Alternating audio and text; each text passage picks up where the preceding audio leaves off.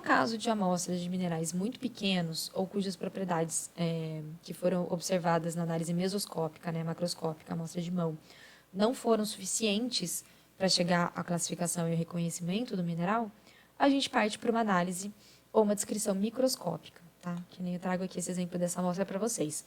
Aqui, né, nessa faixa da amostra, a gente consegue individualizar, né, essas ripinhas minerais aqui, né, são piroxênios, né, em meio a essa massa branca aqui, que ao primeiro olhar assim de longe a gente não sabe, pode ser feldspato, pode ser carbonato, né, mas essa parte mais aqui de baixo, ela é poliminerálica, tá? Elas são vários minerais, mas a gente não consegue ver, mesmo na lupa, a gente não consegue identificar quais são os minerais, né? E aí, o que a gente faz é uma análise microscópica, né? Essa análise ela é realizada observando-se o mineral, microscópio de luz transmitida, no caso de minerais transparentes ou translúcidos, e luz refletida para minerais opacos, né? Eu vou fazer uma abordagem bem sucinta desse assunto, tá? Aqui nesse módulo, porque ela vai ser mais a título de curiosidade, para vocês saberem que ela existe, como ela é feita, como ela leva à identificação do mineral, tá? Porque a análise microscópica é um mundo à parte, ela tem vários conceitos de propriedades ópticas que eu não passei para vocês, tá? Não é o escopo dessa disciplina abordar a microscopia óptica em muito detalhe. Tá? Lembrem que a disciplina é Introdução à Mineralogia. Tá? Então, vocês não, a gente nem teria essa parte prática na aula presencial. Tá? A gente ia ficar só com o reconhecimento macro dos minerais. Então, eu vou passar aqui bem rapidinho para vocês verem, só para vocês verem como ela é e como ela é bonita. Tá? Então, ó, para análise, né, de rocha no microscópio petrográfico, que é esse microscópio que eu apresento aqui para vocês, tá? Ele é bem diferente do microscópio da biologia, por exemplo, né? Ele é feito uma lâmina, tá, da rocha, coloca um tabletinho de rocha numa lâmina de vidro e vai fazendo o desbaste, né? Vem desgastando, vai fazendo um polimento, até que ele fica com uma espessura de 30 micras, né? Que é a espessura aí de um fio de cabelo. Então, vejam, uma rocha, ela fica bem fininha, tá? E o que vai permitir que a luz atravesse os minerais. E aí ela tem uma interação um pouco diferente, né? E acaba ressaltando algumas propriedades. Tá? Então, aqui, essa imagem que eu mostro aqui para vocês é a imagem de uma lâmina, tá? De uma rocha metamórfica. E ela foi feita, né? Aqui, ó, essa bordinha aqui é o vidro. Tá? Daí aqui, essa parte marronzinha são minerais filosilicáticos. Tá? Tem quartzo, tem outros minerais aqui bem fininhos. E aí aqui tinha outros minerais um pouco mais grossos que a gente consegue ver sem aumento nenhum, né? Mas aí a gente coloca a lâmina aqui na platina rotativa, né? Que é o que está indicado aqui, ó, tá vendo? Lâmina delgada. Você coloca ela aqui na platina rotativa e vai mudando as objetivas, né, com aumentos diferentes, para conseguir ver características, relações entre os minerais e as propriedades ópticas de cada mineral, né? E você observa aqui pelos oculares.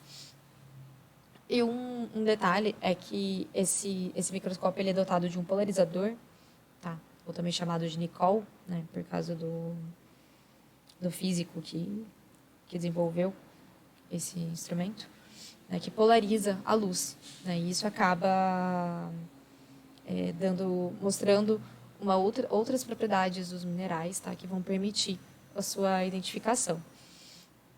No caso da microscopia de reflexão, né, também chamada de luz refletida, ela é usada para observação da maioria dos minerais, tá? A fonte de luz ela fica aqui embaixo e ela é conduzida para cima, né, atravessa a amostra, atravessa a lâmina de rocha e permite uma ampliação aqui através dos oculares e das objetivas, né?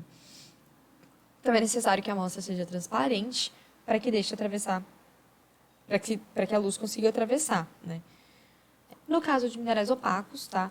A fonte de luz ela fica sobre a amostra, ela fica aqui em cima, e o que a gente vai ver é a reflexão da luz incidente sobre a amostra, né? Então, vai permitir observar minerais opacos, por exemplo, né? A luz não vai vir de baixo e atravessar a lâmina, né? A luz vai estar em cima e a gente vai ver a luz que vai refletir a lâmina, né? Então, vai ser refletida no mineral, né? Então, são para minerais opacos, né? Que são aqueles que não deixam atravessar a luz, e por isso aparecem com uma cor negra na microscopia de transmissão, né? A platina rotativa é importante, pessoal, porque conforme a gente vai rodando a platina, a gente vai variando a direção da luz que o mineral vai estar absorvendo por causa das diferentes direções cristalográficas que eles vão estar na lâmina, né? Então, variando a direção da luz, a gente consegue observar diversas propriedades diferentes, né? Principalmente em relação ao pleocroísmo. Tá? Lembre que era diferentes orientações cristalográficas vão absorver comprimentos de onda de luz, né? Deixar passar diferentes ondas de luz. Então, conforme a gente vai mudando ali na platina rotativa, a gente vai tendo esse realce dessas características. Tá? Então, aqui, ó, minerais opacos. Né? Essa é uma imagem de lâmina de luz transmitida, com nicóis, né, polarizadores paralelos, né, ou seja, a luz não está polarizada, na imagem da esquerda. Na imagem da direita, a gente tem os nicóis cruzados. Tá? Então, vejam aqui, ó, que na luz transmitida, todos esses minerais que estão pretos aqui são minerais opacos, né, eles não permitem a passagem da luz. Então, vejam que, cruzando os nicóis, os minerais não ficam, né? Minerais que são transparentes ou translúcidos, eles mudam de cor, tá? A gente vai entender o que é isso. Mas eles não mudam de translúcido para opaco, né? Então, a gente consegue identificar aí a presença de sulfeto, de óxidos, não quais sulfetos e quais óxidos, tá? Mas a gente consegue identificar que tem minerais opacos na amostra. Bom, então a primeira análise que a gente faz na microscopia também é a análise da cor, né? Vejam aí que diferentes minerais vão ter diferentes cores, né? A gente vai deixar ele bem fininho e vai realçar essa cor do mineral, né? Então, a gente consegue ver essa cor em luz paralela, né? Sem os polarizadores cruzados. Embora alguns minerais possuam cores específicas, né? Que é o caso aqui, por exemplo, da hornblende, ela tem um tom de verde característico, né? Mas somente essa característica não possibilita o diagnóstico da espécie mineral, tá? A gente precisa fazer outras análises, como, por exemplo, a do pleocroísmo. Tá? Vou colocar aqui o videozinho para rodar e vocês vão ver. Tá? Ele resulta dos diferentes comprimentos de onda absorvidos em diferentes direções cristalográficas, né? Na análise microscópica, essa propriedade do mineral é ressaltada, né? Vejam aí no vídeo da esquerda, um pleocroísmo forte, né? A gente tem uma biotita aí com um tom castanho claro. Conforme a gente gira a platina rotativa, ela fica mais clara e mais escura, né? Chegando aí até um castanho escuro e esverdeado, né?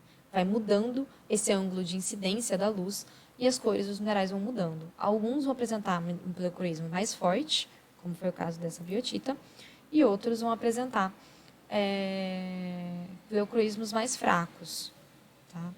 Ó, vejam aqui essa clorita, que ela tem ela muda, né, de verde clarinho, um verde que nem a professora minha chamava de verde desmaiado, para um verde um pouquinho mais forte, mas vejam que não é um pleocroísmo muito intenso, né? Então a gente tem pleocroísmo forte, pleocroísmo fraco e pleocroísmo inexistente, que é quando a gente roda a platina e o mineral não muda de cor.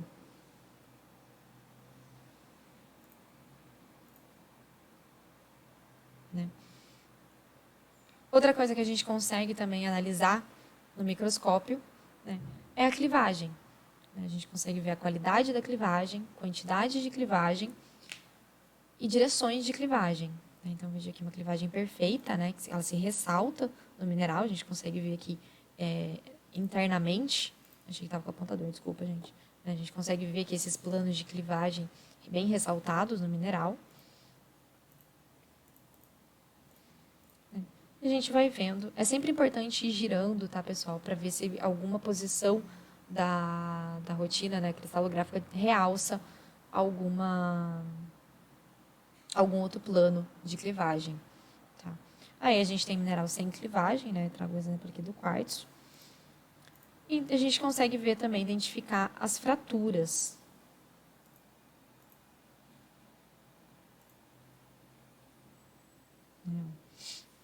Vejam que não são superfícies paralelas entre si, né? Lembrem aquilo da diferença de clivagem e fratura, né? Não são reproduzidas ao longo de planos específicos, né? Planos atômicos.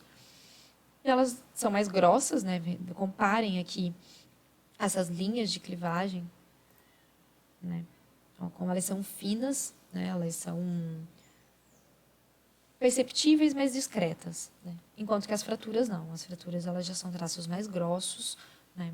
Não são paralelos entre si, né? Elas acabam se destacando mais. Ah, pessoal, eu esqueci de falar no outro. Quem quiser ver, né, mais características microscópicas dos minerais e ver, aprofundar mais nessas propriedades, eu recomendo o canal do YouTube do professor Henrik Frank. Tá? Ele explica com vários exemplos, ele mostra várias propriedades dos minerais em microscópio, tá bom?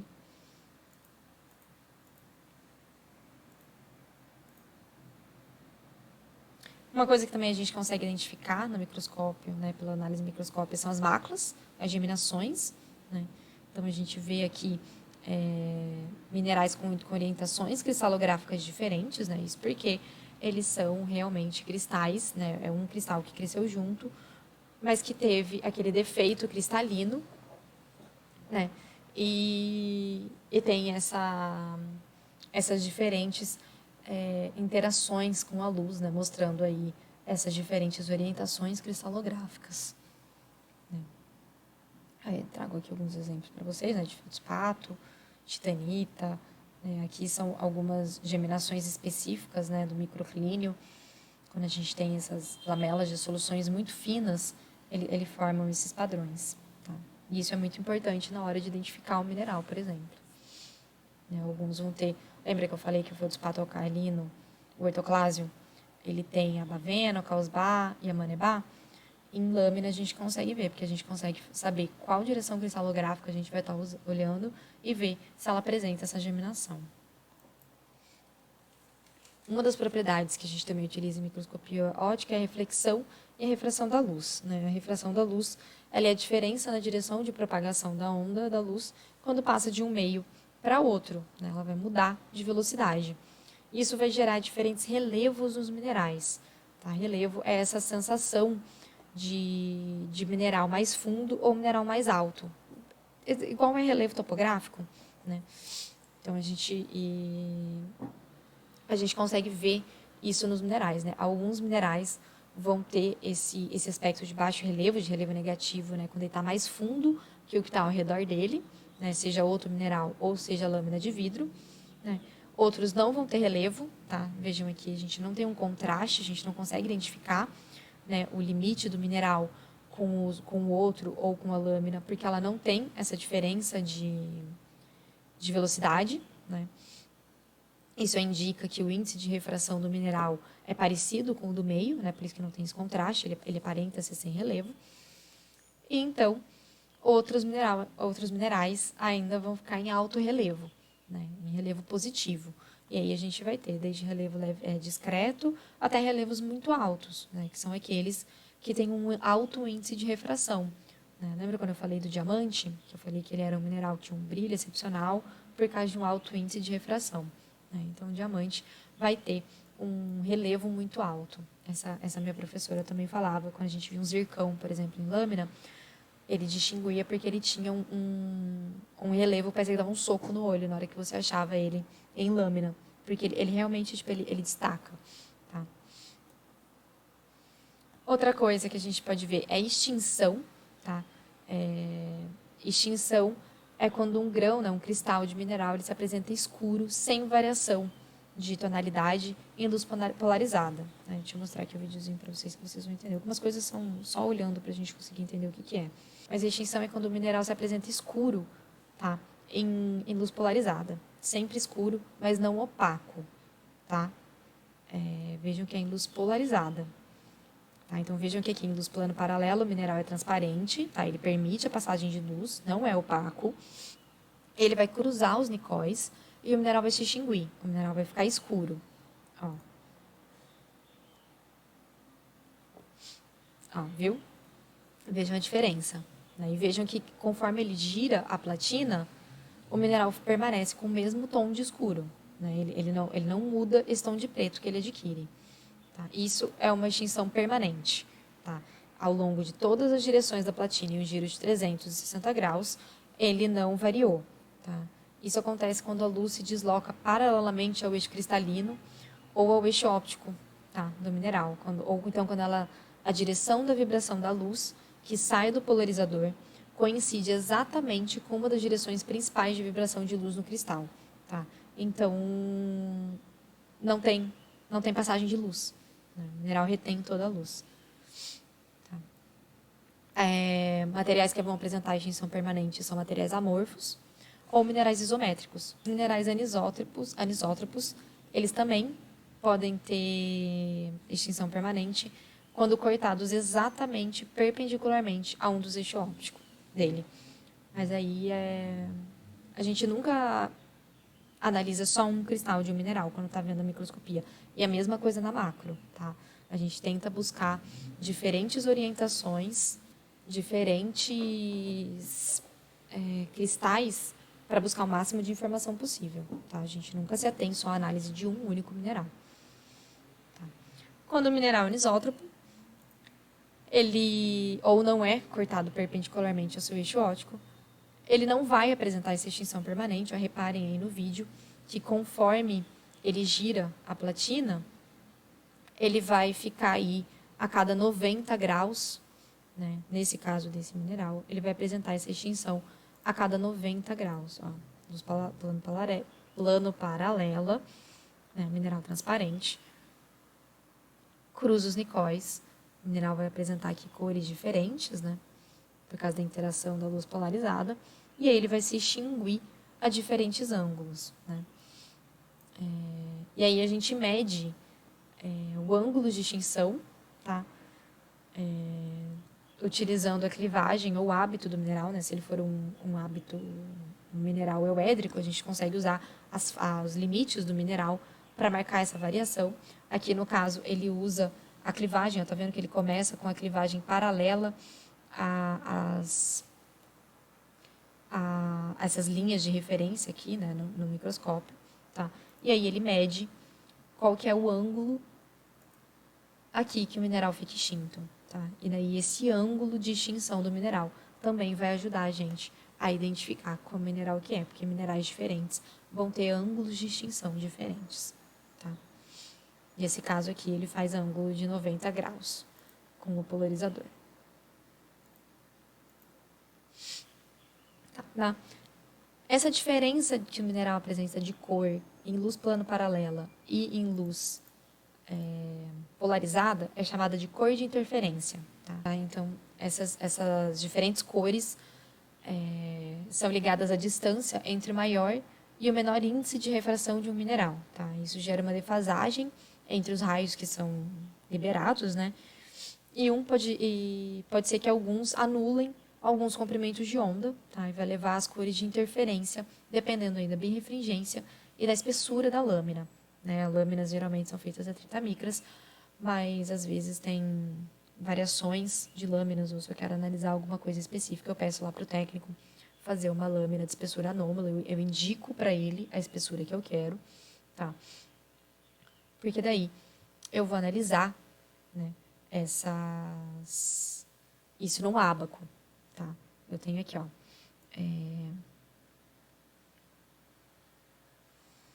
então, com base na cor de interferência que o mineral apresenta, tá? Por exemplo, ó, aqui eu tenho mineral em luz plano paralela, tá? Cruzei os nicóis, ele vai apresentar as suas cores de interferência. E aí, com base nelas, né, eu consigo determinar o valor da birrefringência daquele mineral. Né? Eu olho aqui na tabela qual é a cor, né? Ele tem aqui um rosa, roxo de segunda ordem, né? De terceira ordem. Aí eu olho aqui, né? Ó, aqui está a espessura da minha lâmina, em 30 micras. E aqui são os valores de birrefringência. É esse valor que eu quero ver. Então, eu venho aqui na cor e sigo, né? Encontro aqui a linha de 30 micras e sigo aqui. Então, ele tem um valor de birrefringência entre 0,036 e 0,040. Então, eu vou na minha tabela de minerais e vejo que mineral que pode ter esse valor de birrefringência. Mas eu não começo pelo valor de birrefringência, tá, gente? Eu vejo a cor do mineral em luz plano paralela, eu vejo o relevo, eu vejo a clivagem, eu vejo fratura, extinção, e aí eu vejo o valor de birrefringência para dar aquela conferida, para dar aquela certeza, tá? Então, por exemplo, aqui um feldspato, ele vai estar nesses tons de cinza de primeira ordem, né? Ele vai ter aí os valores entre 004 e 007, tá? Então, eu olho aqui e sigo aqui a cor, né? A linha aqui correspondente, tá? É assim que a gente analisa um ábaco de cor de interferência para obter a birrefringência, tá bom? Aí a gente vai ter uma vasta quantidade de outras propriedades, tá? A gente vai ter figuras de interferência, geminações, a gente tem alguns outros tipos de extinção, extinção ondulante, zonação, que são variações composicionais que ficam marcadas no mineral, presença de inclusões, que são minerais que foram englobados por outro durante o crescimento.